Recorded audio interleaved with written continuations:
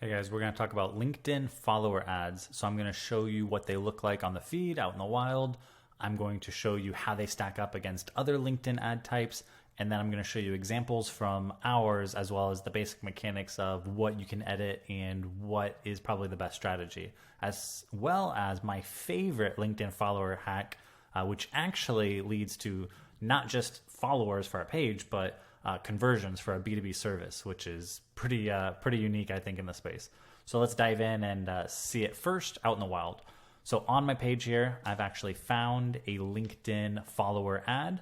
This is what it looks like. So as you're scrolling the feed, you'll see off to the right, it catches your attention because it has your profile picture there.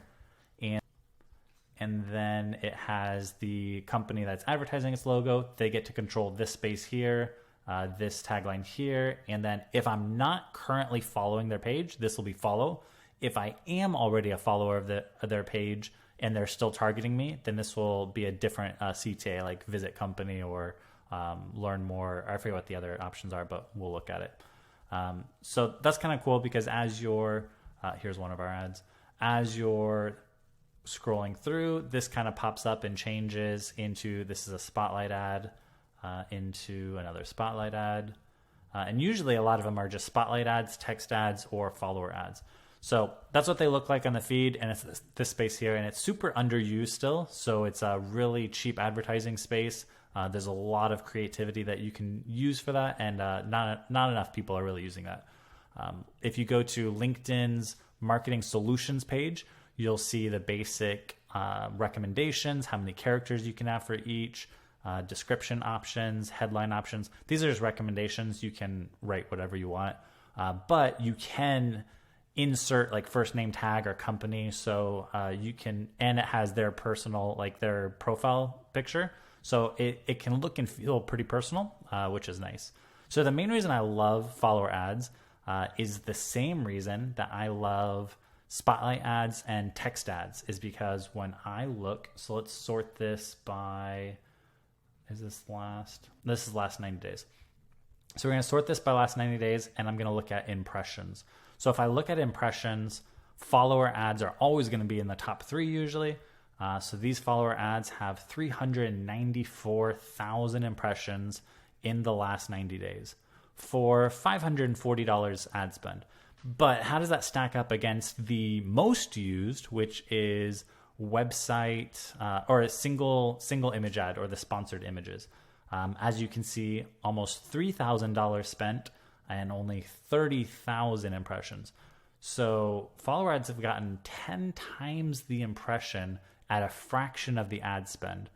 So that's point number one, is that you can get on their screen a lot cheaper. So they're not going to be great for cold because the click-through rate is going to be really low.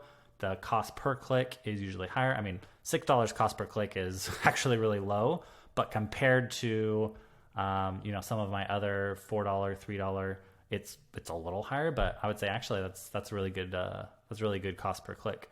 But the big thing is the impression share that you get and the frequency. And they usually have one of the highest frequencies as well. So frequency, and I've been saying this a lot lately, is the number of ads from a campaign that the average prospect sees in the given time period. So for example, I put 90 days and selected this option. So this is in the last 90 days, the average prospect has seen 40 of our follower ads. So that means that I could actually build up to 40 creatives in my follower campaign. That's my dog. Up to 40 follower ads in this creative. And it would pretty much be evergreen then, and it would continue to put fresh creatives in front of them over 90 days. And next we're going to look at actual examples from our account. So I guess the last thing I'm going to point out before I dive in is look at this. This is conversions. So when you think of follower ads, usually you're thinking of engagement or new followers. And sure, we did get 15 new followers over the last 90 days, but we're actually showing conversions for our follower ads. And that's probably not what you were expecting. Showing 29 conversions. So I can go here, break down, hit conversions, and I can see what the heck those were, because what kind of conversions could a follower ad get? And you would be surprised. Where'd it go? Okay, follower ad. So actually, it was the, let's see, confirmed purchase 9. So this was just part of the journey.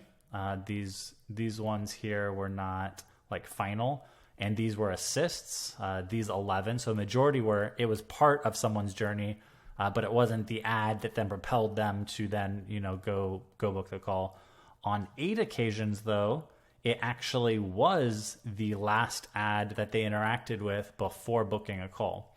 And in 1 occasion, it was the last ad they interacted with before purchasing a mid-tier option from us.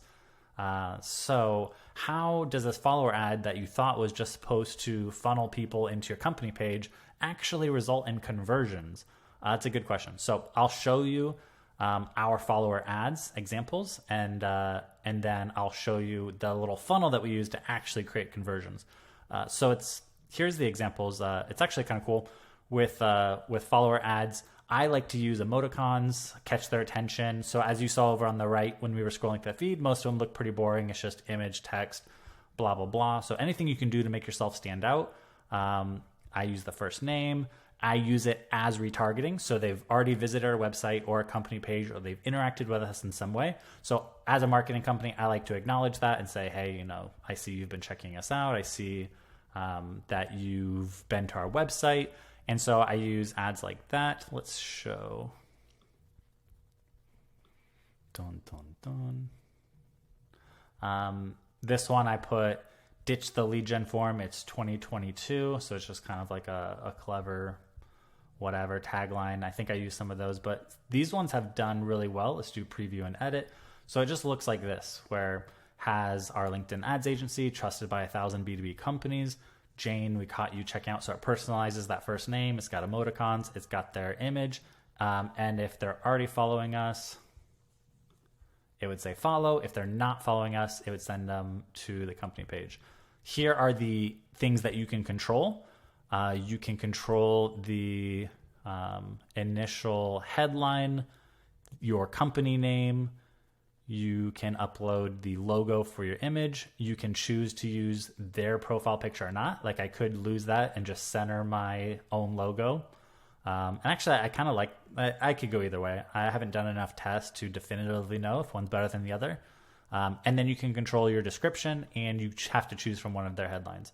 So how does this actually convert? And I'm not going to update it actually, because I'm afraid they'll reject my ad. LinkedIn hates me. So how does this actually result in conversions? Well, I'm glad you asked. So let's go to company page. So these send them to your company page, right? You're with me on that? So the very next step is, how can you curate this space on your company page to then help in the conversion process? So the big tip or hack that I found is that you can pin a post to the top of your company page. So if you can pin, and that means that it's stuck to the top, and even if you continue to post more things, this post will be the top. So this post will be the first post that visitors to your website or visitors to your company page will see. So this is important because you're curating the experience. You're sending these people to your company page, and then you're curating the experience that they have there. So what I would do, and what I've done here, is I put something that offers third-party validation. So instead of not pinning anything or just pinning like an informative post, I like to do a case study, a press release, an expert interview. I post it to the top, ideally one that has a lot of likes, comments, engagement, because that's additional social proof. And the fact that it's an expert interview with, and this is Sam with Google Ads SEO, this offers third-party validation that, we're sitting down, meeting of the minds, expert interview. And so it's almost like selling without selling. So if they come to your page through a follower ad, which looks innocent enough, and they see this expert interview or a press release or something else where it's other people that are identifying and acknowledging that you are the expert in your space, that is really powerful in their minds, because it's not you telling them this, it's someone else telling them this, even though you've curated that journey. So now they actually feel pretty comfortable. If I view this as a member and not as an admin, they actually come to your page. Well, I guess it should show. Normally it would, I think, go to the home. So it would show here, it would show the third-party validation, and then they would click learn more. It would send them to your website. We have it UTM'd so that we know where it came from. And if they then book from here, we are able to actually track that conversion. We know the follower ad was the last thing that they interacted with. I'll put my head right there on my body. That the follower ad was the last thing that they interacted with. And that's how a follower ad can actually generate trackable conversions, which is pretty crazy. So for the cost per impression and the fact that it's an easy way to funnel people into third-party validation and using the pinned post method, it's actually a really effective method.